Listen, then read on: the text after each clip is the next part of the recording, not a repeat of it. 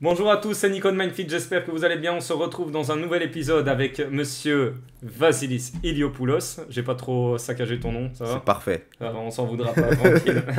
Alors, comme on se retrouve à chaque fois sur ce nouveau format, ça sera forcément une partie evidence-based ou non, et une autre partie où on reprendra cette fois-ci trois questions des abonnés, la FAQ, foire aux questions.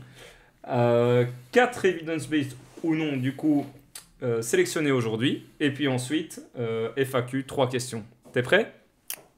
Prêt. Alors c'est parti. On attaque ici sur la première evidence-based, c'est les avantages de la reverse diet. Et qu'est-ce que la reverse diet?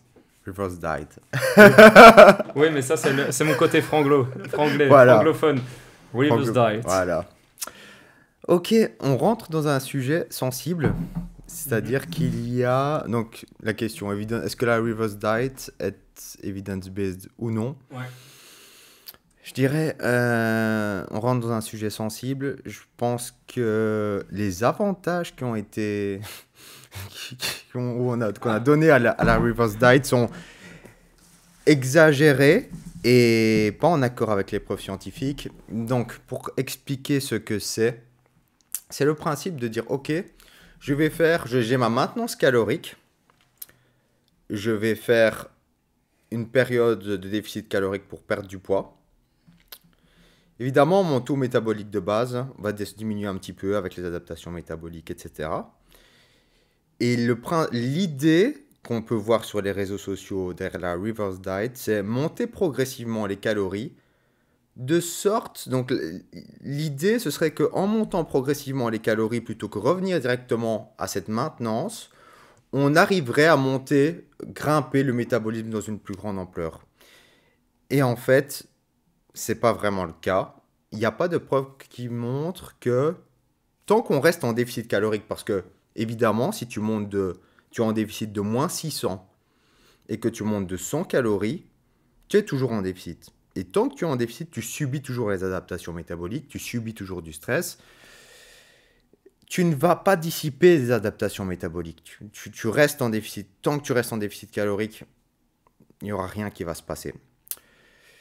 Maintenant, ce qui est important de préciser, c'est que ça peut être un avantage d'un point de vue psychologique, c'est-à-dire qu'on a une personne qui peut être contente d'avoir perdu ses, je ne sais pas, 10 kilos et puis se dire, j'ai peur de remonter directement à plus 600 voilà, je veux dire, j'ai peur de reprendre du poids en montant.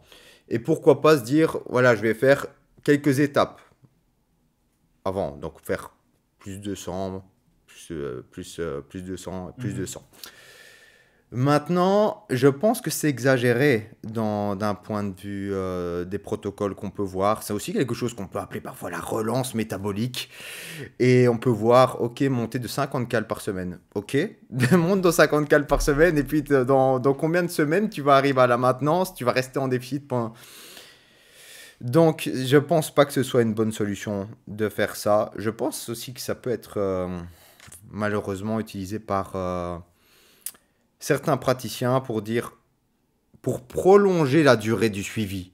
Mais, chers praticiens, arrêtez ça parce que c'est pas une méthode evidence-based de dire non, mais tu dois faire monter par 50 calories pour faire ta relance métabolique. Et non, je pense pas que Ouais. je pense pas que ce soit très bien de faire ça. Et soyons clairs, il y a certainement certaines personnes qui peuvent, Avoir des au avantages. niveau psychologique, physiologiquement, pas d'avantage. Si vous avez la possibilité de remonter au plus vite à la maintenance, c'est mieux. Ok. Voilà. Ok, très bien, ça résume très bien le premier point. Je vais attaquer quelque chose qui fera plaisir forcément à la majorité d'entre nous. Ouais. Le chocolat, régulateur d'humeur. Ok. Question, est-ce que toi, d'un point de vue comme ça, à première vue, tu dirais bullshit ou vraiment evidence-based? Alors, pour moi, c'est pas bullshit. Euh, Parce que le chocolat me fait kiffer à première vue. Donc, oui, je me dis, ça peut me rendre de bonne humeur de manger du chocolat, quoi. Ouais, mais en fait, c'est ça. Première chose, c'est que tout concentré de graisse et de sucre et de calories Mhm. va être potentiellement régulateur d'humeur via la dopamine. Ouais. En plus, si c'est des aliments que tu aimes particulièrement, voilà, ça va être régulateur d'humeur. Mais on a un truc un plus pour le chocolat. On a une substance qui s'appelle la théobromine Ouais. qui agit sur les mêmes voies de signalisation que la dopamine et qui renforcerait cet effet régulateur d'humeur. J'avais une étude qui montrait que le chocolat était un aliment dont les femmes avaient le plus de craving. Je sais pas pourquoi les femmes, à vrai dire. Et bon, ok, donc c'est potentiellement régulateur d'humeur, oui. Est-ce que c'est positif de l'utiliser en tant que tel? Je ne sais pas. Je ne sais pas. Stéphane Gayennet, qui est un spécialiste en termes d'obésité, dirait que non, que c'est pas tellement bien de renforcer ces systèmes de récompense. Voilà. Donc on a un mélange de sucre, de graisse, de calories et de théobromine qui potentiellement avoir un effet à ce niveau-là. Ok. Donc evidence-based, je dirais. Ok, Pour le coup. magnifique. Magnifique. Là, on touche un réel problème. Si je mange plus, je vais grossir. En sachant que ben, forcément, il y a parfois des extrêmes où on se retrouve. Déjà entendu, c'est pour ça que je te le partage aujourd'hui, que certains vont peut-être se reconnaître aussi. C'est des personnes qui s'arrêtent de manger pour perdre du poids, ou alors qui veulent perdre du poids, forcément, qu'on essaye de réguler un petit peu forcément la fréquence des repas, donc on en revient sans doute encore une fois à la balance énergétique, mais enfin bref, et qui se disent non, je peux pas manger plus que ça, sinon je grossis, sinon ça va pas être bien, etc., etc. Donc attends, tu parles de personnes qui sont en maintenance calorique à la base ou en Non, déficit? pas nécessairement, hein, donc pas nécessairement. Le vrai sujet aujourd'hui, c'est si je mange plus, je vais grossir. Ok, bon. Alors, qu'entend-on par là? Si c'est déjà, si je mange plus, mais au niveau de la fréquence des repas. On va parler, je vais répondre à la question de cette manière en termes de calories. Mhm. Parce qu'on peut manger plus en volume et moins de calories. Mais pour moi, c'est pas vraiment peut-être la question Ouais. de la personne. Donc, est-ce que si je mange plus de calories, je vais grossir? Pas forcément. Même, je vais te dire, dans un état de maintenance calorique. Admettons, tu as une maintenance de 2000, tu manges 2000. Et que tu décides de augmenter, même involontairement, manger 500 calories de plus. Mais que du coup, spontanément, tu te déplaces, tu marches plus, tu fais plus d'activités, que tu dépenses aussi 500 calories de plus. Mhm. Tu ne vas pas prendre de poids. Et on a un exemple assez frappant, une étude très classique de Levin, où ils ont donné pendant 8 semaines, je pense, 1000 calories au-dessus, en surplus calorique, au-dessus de la maintenance calorique, et ils se sont rendus compte que la prise de poids entre les différents participants était très différente. Il y a des personnes qui ont pris beaucoup de poids et des personnes qui ont presque pas pris de poids, malgré un surplus de 1000 calories. Et en fait, ils ont cherché à évaluer quelle était la variable qui pouvait expliquer ces différences interindividuelles. Et c'était l'augmentation du NEAT. Donc, spontanément, les personnes qui avaient une suralimentation, qui ont eu cette suralimentation de 1000 calories se sont dépensées beaucoup plus, alors que d'autres ont diminué leurs dépenses, ce qui est assez drôle. Donc 1000 calories de plus, et puis ouais, je suis tellement rempli que je vais faire une sieste, tu vois un peu l'idée. Et d'autres, bon, ils utilisent les calories pour bouger beaucoup plus, etc. Donc faut pas oublier cette composante de dépense calorique, qui est principalement liée à l'activité physique spontanée, en fait. Hein. Mhm. Voilà. Ok, parfait, ça résume pas mal de choses, hein. Je pense que ça répond bien.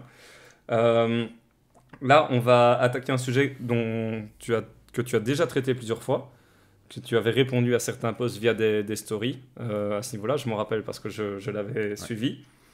Je me lance. Ça a le mérite d'être clair au moins. Trop d'œufs, c'est mauvais pour la santé. Ah ouais? Et les croissants du coup. Et c'était pour moi ou pas? Ah, ça, je sais pas. Ça, je sais Probablement. pas si on était ciblé directement, mais. Probablement. Bon, voilà. Bon, les œufs, les croissants, je dirais admettons, j'ai dit admettons, hein, que les œufs ne soient pas nécessairement positifs pour la santé. Ça ne veut pas dire que les croissants sont forcément. Peut-être que les deux sont mauvais. Peut-être que l'un est plus mauvais que l'autre. Bref, on va revenir sur les œufs. Ouais, j'ai fait des stories sur les œufs pour expliquer que, encore une fois, hein, dans la nutrition, on est toujours d'un extrême à l'autre. Les mouvements vont toujours d'un extrême à l'autre. On Ouais. est dans un courant où on peut entendre que, limite, un œuf va te tuer et va te boucher les artères. Ouais, tout à fait. Et maintenant, je dirais le courant actuel, et surtout dans le milieu du fitness, on peut entendre des trucs, oh, le cholestérol alimentaire n'influence pas le cholestérol sanguin, bullshit, tu peux manger 40 œufs par jour si tu veux. Ouais, tout à fait, c'est tout à fait ça. C'est qu'on pense Ouais, effectivement que les œufs, on peut en manger tout le temps. voilà, bon. Et moi, comme toujours, j'essaye de remettre de la nuance avec les données scientifiques à disposition. Bon, on va commencer par le cholestérol alimentaire. Ce n'est pas vrai qu'il n'augmente pas le cholestérol sanguin, c'est juste que la relation est non linéaire. C'est-à-dire que l'effet du cholestérol alimentaire sur le cholestérol sanguin se déroule entre 0 et 300 mg. Donc entre 0, 300, 400 mg. Donc entre 0 et 2 œufs, par exemple. Ok. Et après, l'effet stagne. Ça signifie que si tu as une étude où les participants à la baseline consommaient déjà beaucoup de cholestérol et que tu les mets dans une diète tu rajoutes du cholestérol au-dessus de ça, tu vas pas forcément voir un effet parce que l'effet maximum a été déjà atteint. Et c'est ça que on a tendance à voir du cherry picking, de dire oh, ok, mais non, mais regarde, la personne là a consommé, dans cette étude où ils ont consommé 10 œufs entiers par jour, pas d'augmentation sur le cholestérol. Mais c'est pas nécessairement là que l'effet se passe. C'est entre 0 et 2 œufs, par exemple. Voilà. Et la question, donc on peut voir une diminution d'environ 10 mg par décilitre du cholestérol LDL. La question, c'est de savoir est-ce qu'il faut faire un régime vegan et diminuer. On revient à notre fameux vegan. Et diminuer à 0 œufs par jour. Ça dépend de la personne. Pour la variable du cholestérol LDL, ça dépend de la personne. Certaines personnes vont en profiter, certainement, selon les niveaux de base de cholestérol, pour atteindre ça, peut-être. Maintenant, et je vais encore émettre certaines réserves, c'est qu'au niveau, dans la littérature épidémiologique, donc quand on observe les populations, donc on observe, on compare les personnes qui consomment des œufs aux personnes qui n'en comparent pas. Donc on ne fait qu'observer, on n'assigne pas les participants à consommer des œufs, c'est juste de l'observation. Ce qu'on voit, c'est que il y a des résultats assez inconsistants. Alors, c'est point d'interrogation pour moi. Peut-être qu'il y a des choses qu'on ne sait pas encore à propos des œufs, ou peut-être que c'est dans la littérature épidémiologique, ça peut être lié simplement à des facteurs de confusion potentiels, etc. Je n'ai pas encore épluché vraiment au peigne fin toute la littérature sur les œufs. C'est pour ça que j'ai tendance à dire c'est quelque chose où je dirais c'est une zone de gris pour moi. Ok. Et tu sais, c'est un peu quand, dans certaines choses dans la science, on sait par exemple que sans équivoque, les fruits et légumes sont bons pour la santé. Il n'y a pas de doute dans le sens où on peut regarder la littérature est très constante. Pour les œufs, c'est inconstant. Donc, je suis un petit peu prudent dans mes recommandations à ce stade. Je pense pas qu'il faut supprimer totalement les œufs, d'après ce que je peux voir à l'heure actuelle. Je dirais juste, ne peut-être pas tomber dans l'extrême de manger 40 œufs ou même 10 œufs par jour. On dirait non mais bullshit, le cholestérol alimentaire n'influence pas le cholestérol sanguin. Il faut dire non plus qu'on n'a pas de données à long terme sur une population qui aurait consommé autant d'œufs. Oui, On n'a pas de bro bodybuilding, une cohorte de bro bodybuilding où on a pu évaluer l'effet pendant... c'est difficile à faire comme recherche hein, quand même. Hein. Voilà, donc ouais, d'accord, on peut voir dans une étude à court terme sur certains marqueurs, ça n'influence peut-être pas. Il y a une chose que je dirais aussi, c'est que, admettons, les œufs sont neutres. Donc, n'ont pas tendance nécessairement à influencer le risque. On peut prendre différents critères d'évaluation. On peut dire maladie cardiovasculaire pour faire simple. On peut dire, admettons qu'ils soient neutres. Mais s'ils sont neutres et qu'on en consomme une grosse quantité, admettons 500 calories issues d'eux ou plus, ce sont ces calories qui ne sont pas utilisées pour d'autres choses potentiellement bénéfiques. Donc, il y a toujours un juste milieu, je pense, à voir. Et encore une fois, je le répète, l'alimentation est toujours la somme de ses parties, donc... C'est une bonne remarque. J'avais une question, mais je l'ai oublié concernant la consommation d'œufs. Oui, c'était parce qu'au niveau des œufs, il me semble que c'est justement Baptiste Noël qui a partagé un post il n'y a pas si longtemps que ça. C'est qu'il y avait quand même énormément de vertus apparemment sur les œufs. À quel niveau ? Au niveau des vitamines, au niveau des nutriments. Ouais, mais en vérité, la densité micronutritionnelle d'un aliment, ça ne nous indique pas nécessairement des résultats en termes de santé. D'accord. Donc tu peux avoir beaucoup de micronutriments dans un aliment.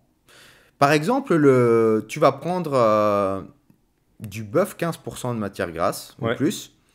Ça a tendance même à être dense micronutritionnellement. Tu as du fer, tu as... Oui, tout à fait. Mais ce n'est pas un aliment qui va conférer les meilleurs résultats en termes de santé à cause de sa teneur en graisses saturées, etc. Donc, je ne mettrai pas la densité micronutritionnelle d'un aliment comme facteur principal. Parce que ces micronutriments, tu peux peut-être les trouver ailleurs dans une alimentation globale. Tu vois ? Et du coup, est-ce qu'on peut se fier notamment sur les différents Nutri-Score que les grandes surfaces nous proposent ? Nutri-Score, ça n'a pas, à ma connaissance, à voir avec la micronutrition. Le Nutri-Score, ça a à voir avec la teneur en graisse saturée, en sodium, en fibres, et je pense, la densité calorique, je ne suis pas sûr. Je ne saurais pas te confirmer ça, malheureusement. Et je pense qu'il est souvent mal interprété dans le sens où regarde cette huile d'olive a moins bon score que mes Nesquik ou je sais pas quoi. Oui, tout à fait. Mais c'est utilisé dans le cadre d'une catégorie d'aliments particulière. Donc est-ce que mes Nesquik sont meilleurs que mes Frosties ou que sais-je, tu vois ? Donc le Nutri-Score n'est pas parfait. Ça peut donner certaines indications parce qu'on sait que c'est mieux de consommer des aliments à faible teneur en sodium, faible teneur en graisses saturées. Donc ça peut donner certaines indications. Voilà. C'est pas parfait, mais... Mais c'est un indicateur, tout simplement. Voilà. Okay. Je pense honnêtement qu'il peut être amélioré. Il peut être amélioré. Mais parce que il y a certains influenceurs, on citera pas les noms, qui crient parfois Enfin, c'est pas qu'ils crient au scandale, hein, mais qui disent ouais c'est bullshit, ça sert à rien le Nutri-Score, faut pas se fier là-dessus quoi. Ouais, mais il y a beaucoup de naturopathes aussi qui font sur un Nutri-Score. En vérité, il y a pire, hein. Il y a pire de... Ouais.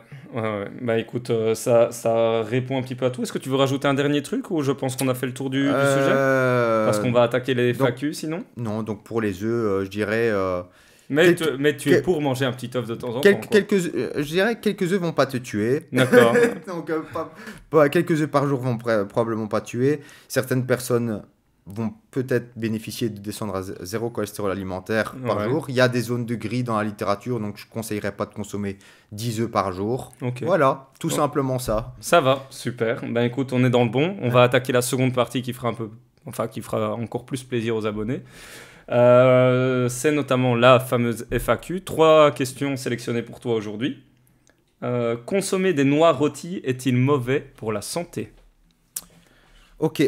Donc, les noix rôties, est-ce que c'est mauvais pour la santé? Je ne pense pas, probablement pas. On a des études d'intervention qui ont comparé les noix crues, donc qui n'ont pas subi de cuisson, Ouais. aux noix rôties. La seule chose qu'on a pu voir, c'est une diminution de la quantité de vitamine E. Par contre, sur l'effet sur le profil lipidique, donc cholestérol LDL, Ouais. triglycérides, ApoB, etc. Pas de différence entre les noix rôties et les noix crues. Ok. En épidémiologie, donc quand on parle d'études d'observation où on n'assigne pas les participants à consommer des noix, on ne fait qu'observer. Il faut D'accord. savoir que la majorité des noix, des oléagineux qui sont consommés, c'est des oléagineux rôtis. Ok. Et on ne voit pas d'effet délétère en termes de santé. Au contraire, c'est un des aliments qui est associé de manière très constante à des résultats positifs en termes de santé. Donc, l'un ou l'autre, je dirais, peu importe, je pense que c'est un bon aliment, qu'il soit rôti ou pas. Peut-être un petit peu plus de vitamine E avec les noix crues. Ouais. Est-ce que ça a un effet? Pas de quoi se prendre la tête, d'après moi. Ok, très bien, magnifique. Ça répond bien à la question. Alors, je vais rajouter un petit peu ce qu'on appelle la cerise sur le couscous. Sur le couscous, Ouais, attention. ouais, moi je modifie certains aspects. Tu vois. Je parle beaucoup de couscous dans mes lives. Je sais pas si tu as suivi. Dernièrement, ne me pose pas de questions pièges, tu sais que j'ai pas toujours suivi à temps, en temps et en heure, mais je rattrape ça tout de suite. Donc, question numéro 2, elle est intéressante. Comment augmenter le métabolisme? Et Alain, et moi j'aimerais rajouter pour toi, c'est pas du tout une question piège, hein, je te vois déjà sourire.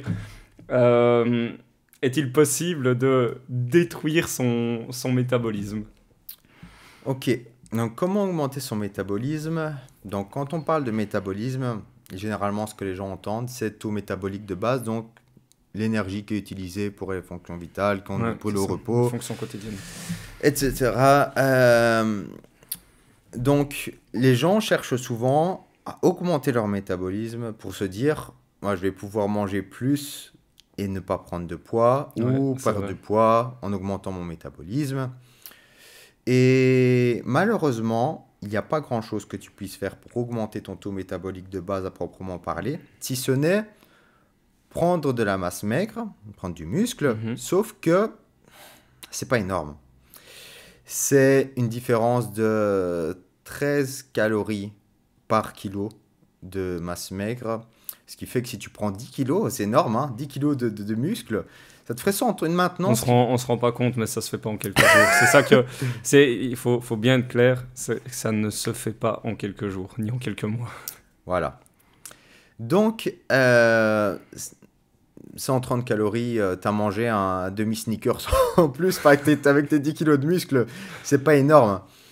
Maintenant, la différence, c'est que ces 10 kilos admettons, tu prends ces 10 kilos de muscles, Admettons-le. Ouais, admettons. ok. C'est que ça ne va pas seulement influencer ton taux métabolique de base, c'est que tu as un sac de 10 kilos en plus sur le dos où tu vas te déplacer et où tu vas brûler plus d'énergie pendant tes déplacements. Donc ça n'a pas en soi influencé beaucoup ton taux métabolique de base, mais admettons que tu fais 10 000 pas par jour avec ces 10 kilos en plus, ça fait une différence. Dans l'ensemble, ça fait une différence. Donc, ouais, je dirais comment augmenter son métabolisme. Voilà, oui, tu l'as dit par la prise de muscle. Maintenant, Les prises de muscle, maintenant, je dirais pour la plupart des gens, il faudrait bien de prendre du muscle, augmenter un petit peu leur activité spontanée en ouais, marchant un petit peu plus. ok. Voilà, Prendre l'escalier à la place de l'ascenseur. voilà. Voilà, chose qu'on n'a pas fait. Mais je n'ai pas vu ton escalier. Ouais, j'ai fait exprès de le cacher, tu sais, t'inquiète. Mais bon, voilà, on a compris un petit peu le principe. Maintenant, je reprends cette fameuse phrase qu'on a déjà, à mon avis, tous entendue. Ne fais surtout pas ça, tu vas détruire ton métabolisme. Ouais. Détruire. Non, ne rigole pas, c'est la vérité, on l'entend encore On entend aujourd'hui. beaucoup, on entend beaucoup. Je pense que ça vient de l'idée. Alors, juste avant d'avoir l'origine de l'idée, déjà, juste oui ou non, est-il possible de détruire son métabolisme? Non, Ok. pas dans le sens où on peut entendre dans l'idée, ce qu'on peut entendre dans la façon dont c'est propagé, c'est, par exemple, j'ai fait tellement de régimes de merde, donc j'avais une maintenance calorique à 2000 calories, j'avais X kilos de masse maigre, Ouais. j'ai toujours ces kilos de masse maigre, mais j'ai repris le poids perdu, mais maintenant ma maintenance calorique a diminué, parce que j'ai tellement fait n'importe quoi, et en fait, ça n'existe pas, c'est-à-dire que à composition corporelle similaire, le métabolisme va rester stable à partir du moment où on est dans un état de maintenance calorique et où on est dans un état à composition corporelle similaire. Bien sûr, si tu as perdu 10 kilos de muscles avec tes régimes, tu vas perdre de la maintenance. Tu vas diminuer ton taux de métabolique de base. Si tu les reprends, tu vas remonter. Donc, casser son métabolisme de la manière dont c'est expliqué n'existe pas vraiment. Maintenant, ce qui existe, ce sont des adaptations métaboliques. Donc, je vais faire un déficit calorique et je vais diminuer mes calories. Mon taux métabolique de base va aussi diminuer parce que je perds du poids. Mais il y a quelque chose qui se produit au-delà de ce qui est prévu par la perte de poids. Donc, ce sont des conséquences qui sont liées au déficit énergétique en fait. Donc c'est lié à la diminution de certaines hormones, etc. Par contre, l'ampleur de ces adaptations est souvent exagérée. Donc on ne peut pas parler de moins 500 calories d'adaptation métabolique, tu vois. Voilà. Donc c'est pas possible de détruire son métabolisme, c'est pas possible de... Voilà, il y a des adaptations métaboliques. Tout ça revient à la norme en termes de quand on vient à la maintenance calorique et à composition corporelle similaire. Ok, parfait. Et vas-y, vas-y. Non, non, non, non, termine, je t'en prie. Je vais rigoler parce qu'il y a une abonnée, Mathilde Ouais. SMT, elle m'a posé une question troll un petit peu. Elle m'a dit est-il possible d'augmenter son métabolisme en mettant du beurre de micelle dans son café? Parce Ouais, que alors, c'est quelque chose qui arrive, hein. On peut voir des choses. moi je t'avoue que ça me paraissait tellement gros que j'y croyais pas, mais effectivement, oui, si Non, c'est le cas, ça existe. c'est assez C'est surprenant. réel, c'est D'ailleurs, réel. on lui remet le bonjour à Mathilde. J'ai une dernière question pour toi de la part d'un abonné. Alors, je sais que ça venait de mon côté, mais j'ai oublié de qui ça venait. Donc, si la personne se reconnaît, qu'elle le mentionne en commentaire, bien sûr. Que penser du TMAO? Ok. Alors, moi, pour être honnête avec toi, je suppose qu'il s'agit d'un trouble métabolique. C'est un biomarqueur, comme si on pourrait parler du TMAO comme le LDL cholestérol, par exemple. D'accord, ok, c'est Un plus clair. biomarqueur. Alors, là, je vais devoir taper un petit peu sur les doigts des... Ça va être une réponse un peu longue. Je vais devoir un petit Aucun peu... problème, sois à ton rythme, c'est justement là c'est pour ça qu'on est là, hein. Je vais devoir taper un petit peu sur les doigts de certains véganes, même si ce sont mes amis d'habitude. Parce qu'en fait, il y a certains véganes qui pensent que le TMAO est causal dans certaines maladies, comme le diabète, les maladies cardiovasculaires et autres. Euh, et en fait, ça s'explique assez simplement, c'est que le, le TMAO est une substance qui est produite à partir de certains éléments qui sont présents dans les produits animaux, donc comme la choline, la bétaïne et la carnitine. Ok. Partant de ça, tu te dis, ok, je comprends pourquoi les véganes ont une dent contre le TMAO, puisque il est principalement produit via les substances qu'on retrouve dans les produits animaux. On retrouve aussi du TMAO qui est déjà préformé dans le poisson. Ok. Maintenant, donc, pour expliquer concrètement, la choline, la bétaïne, la carnitine, ces substances sont utilisées pour produire le TMAO de manière endogène, euh, avec des procédés qui au niveau de l'intestin et du foie. Voilà. Ok, très bien. Maintenant, on voit clairement quelque chose qui est important de prendre en considération et dont je parle très souvent dans mon contenu, et puis les gens doivent se dire, ah, vas-y, il est barbant avec ça, c'est tirer une conclusion en considérant différentes lignes d'enquête. Pas une seule ligne d'enquête, et je vais expliquer clairement pourquoi et ce que j'entends par différentes lignes d'enquête. On prend, donc, donc le TMAO est un biomarqueur. Quelle est la pertinence de ce biomarqueur? Est-ce qu'il est causal? On peut prendre comme parallèle le LDL cholestérol. Toutes les lignes d'enquête pointent vers la causalité. Donc, il est causal dans les maladies cardiovasculaires. Est-ce que c'est la même chose pour le TMAO? Alors, ce qu'on peut voir dans le TMAO, c'est que en épidémiologie, quand on observe des personnes, on voit qu'il y a une association forte entre les taux de TMAO et certaines maladies, notamment les maladies cardiovasculaires. Ouais, je monte. Ça peut être lié à des facteurs de confusion. On a besoin d'autres lignes d'enquête pour tirer une conclusion. Ok. C'est juste de l'observation. Ça ne veut pas dire que c'est à mettre de côté, comme certains le disent, mais ça doit être mis dans le contexte d'une littérature scientifique plus large. Ok. On voit aussi que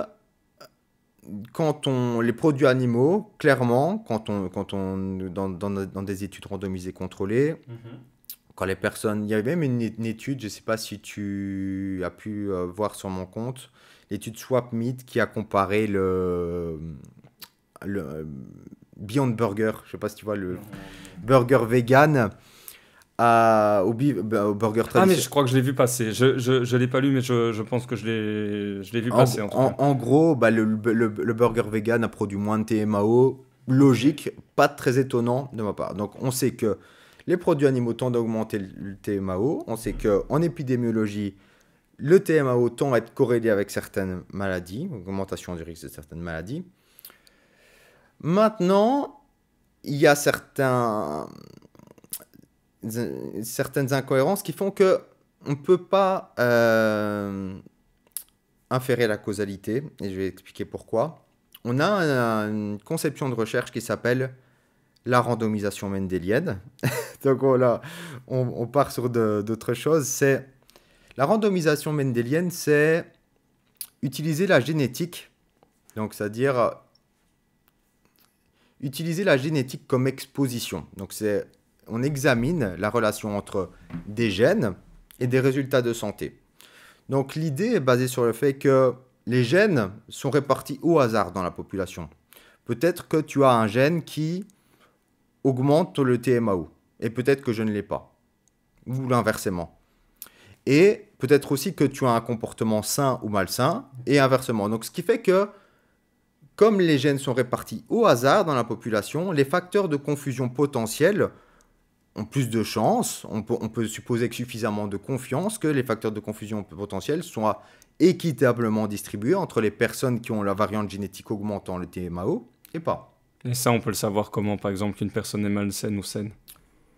C'est le hasard, c'est le but de la randomisation, si tu veux. Ouais, bien sûr. C'est le but de la randomisation, et en fait, tu as aussi ce qu'on appelle des ajustements statistiques, mais on va pas aller rentrer trop dans les détails, mais le but de la randomisation, c'est justement que les facteurs de confusion, comme le tabagisme, soient répartis équitablement.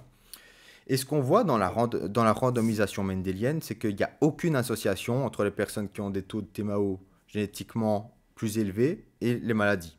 Okay.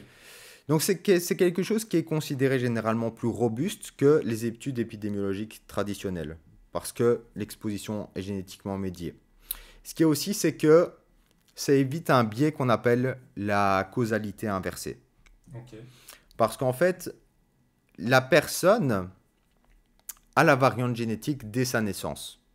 Donc ce n'est probablement pas la maladie ou un problème de santé, un dysfonctionnement métabolique sous-jacent qui aurait augmenté son taux de TMAO.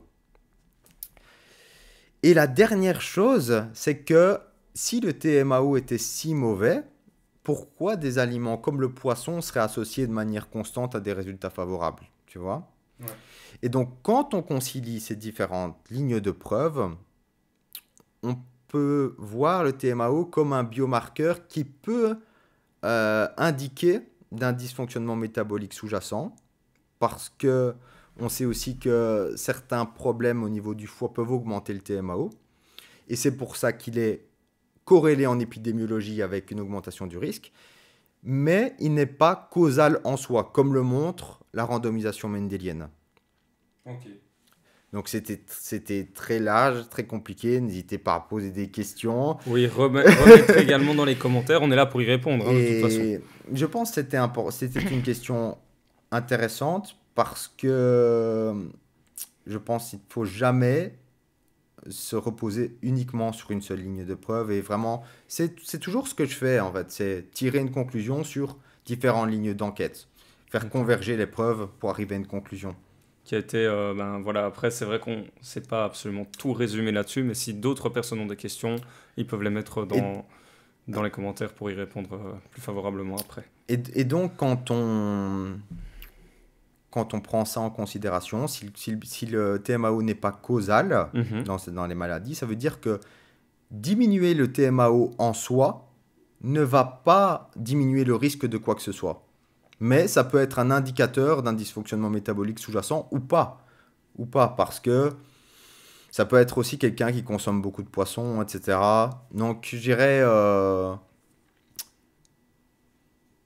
c'est un biomarqueur qui peut être indicateur sans être causal, quoi.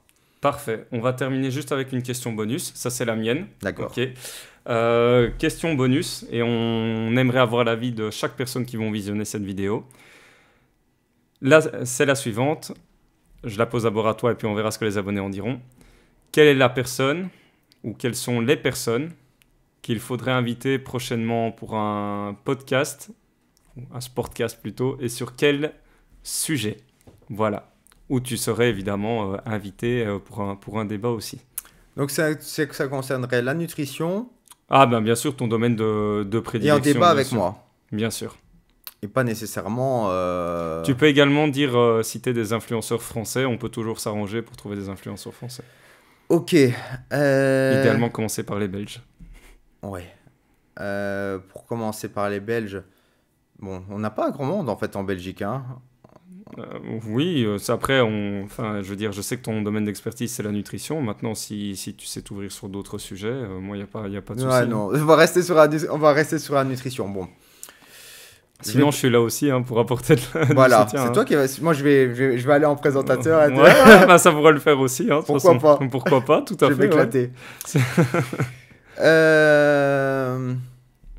Je dirais, on a déjà parlé de plusieurs personnes. Donc, on a parlé de Fastly Food et je suis toujours OK pour faire un débat avec lui. Ouais, tout à fait. Qu'il a la possibilité. Si tu es sur le MAD, ouais. Voilà. S'il le voit, justement, si on réitère l'invitation. Voilà, donc je suis toujours OK. Moi, de manière générale, je suis partant pour faire des débats. Bien sûr. À dire, voilà. On a parlé de Ashdod pour répondre à ça. Le fructose. Sur le fructose. Ouais, tout à fait. Donc j'ai fait un post sur le fructose où je pense que les fruits ne sont pas associés à des résultats délétères en termes de masse grasse. Il a été très cool d'ailleurs. Il a dit oui, bien sûr, un débat voilà. quand on veut, donc ce sera organisé. Il faut voir si ça plaît, mais je pense que oui, clairement, ça pourrait être très enrichissant. Ouais. Et donc on avait aussi parlé en dernier lieu de Jack's Team. Ouais, tout à fait. Jack's sur Je pense qu'il est plutôt orienté dans le régime paléo ou alors c'est une bonne question, mais c'est principalement sur la nutrition anti-inflammatoire, la nutrition pour avoir une meilleure énergie le matin, etc. etc. Voilà. De manière générale, si quelqu'un veut débattre avec moi sur un sujet précis, ils peuvent nous contacter. Je suis toujours partant. Ouais. On a parlé aussi de faire quelque chose sur le régime vegan. Donc, Oui, bien sûr. Donc, il y aura le régime vegan. Pourquoi pas avec Sacha, hein, où il y en aura d'autres. On pourrait même faire venir une personne qui est adepte quelqu'un qui de ce est, qui est vegan. principe-là, qui est Hein. vegan, et savoir ce que ça lui a apporté et procuré comme expérience. Donc, n'hésitez pas à mettre le maximum dans les commentaires. Hein. Vous nous dites si vous seriez intéressé d'être invité sur le Sportcast. Et puis, il y a mon diététicien, Kylian, aussi, qu'on devrait Voilà, essayer voilà, d'avoir ouais, bien sûr, aussi. bien Hein. sûr. Et j'aimerais bien peut-être voir quelqu'un qui est, si quelqu'un écoute et puis veut défendre sa position, qui est plutôt cétogène et Cétogène, paléo. On avait parlé des naturopathes.